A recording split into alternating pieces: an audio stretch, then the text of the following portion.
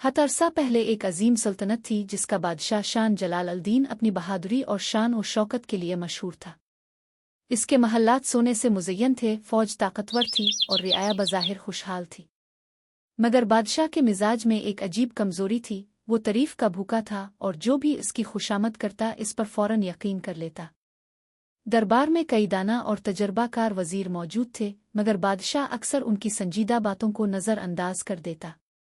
वो किसी ऐसे शख्स की तलाश में रहता था जो उसकी हर बात से इत्तेफाक करे। एक दिन दरबार में एक अजनबी शख्स आया। इसका नाम फ़खरुद्दीन था। इसकी आंखों में अजीब चमक और ज़ुबान में गैर मामूली मिठास थी।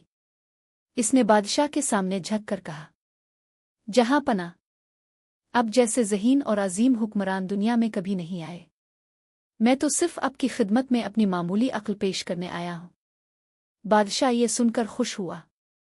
इसने फ़खरुद्दीन को दरबार में रहने की इजाज़त दे दी। चंद दिनों में फ़खरुद्दीन ने छोटे छोटे मशवरे देना शुरू किए कि फ़ुला ख़जाने की निगरानी सख्त कर दी जाए या किसी मामूली उहदेदार को बदल दिया जाए। इत्तेफाक से इसके ये मशवरे दुरुस्त साबित हुए।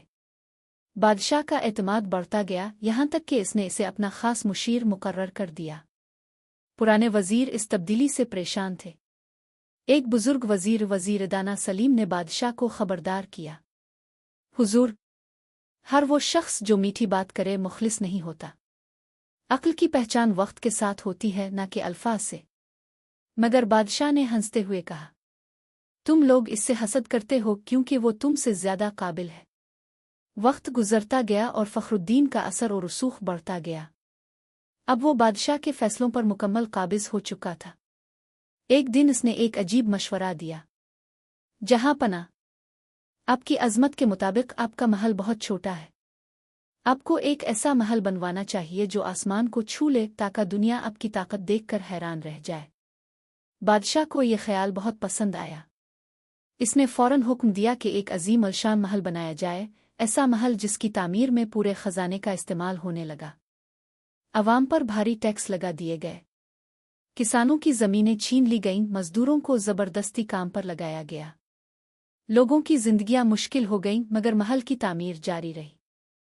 पुराने वज़ीरों ने फिर समझाने की कोशिश की, मगर फ़खरुद्दीन ने बादशाह के कान भर दिए। ये लोग आपकी अज़मत से जलते हैं। ये नहीं चाहते कि आपका नाम तारीख़ में सुनहरी हुरूफ से लिखा जाए।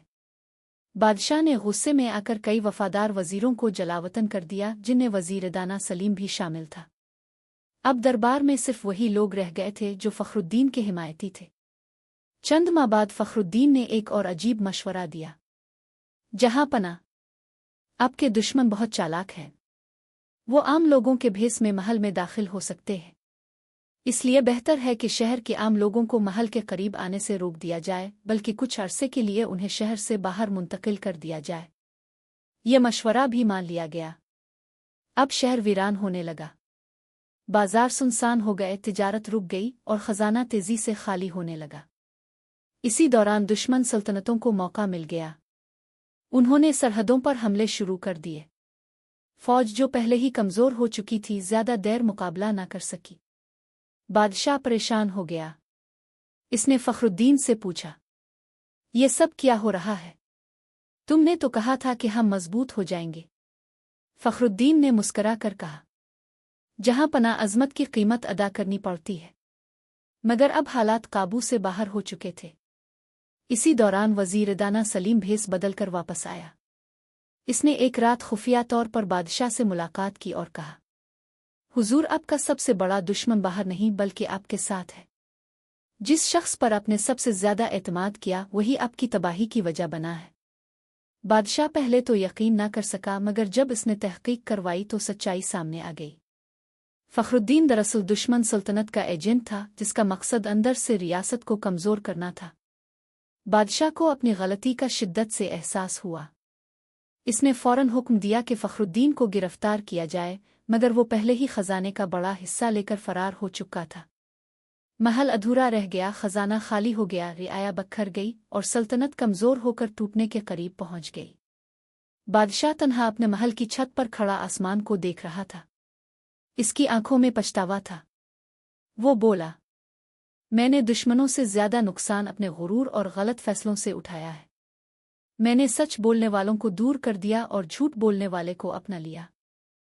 बे वक्त के साथ सल्तनत टूट गई और शाह जलाल अल-दीन का नाम तारीख में एक ताकतवर बादशाह के तौर पर नहीं बल्कि एक ऐसे हुक्मरान के तौर पर लिखा गया जिसे इसके अपने बदतरीन मुशीर ने तबाह कर दिया।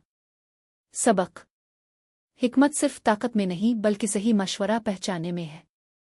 जो हुक्मरान सच सुनने से डरता है वो जल्द अबदेर ज़वाल का शिकार हो जाता है।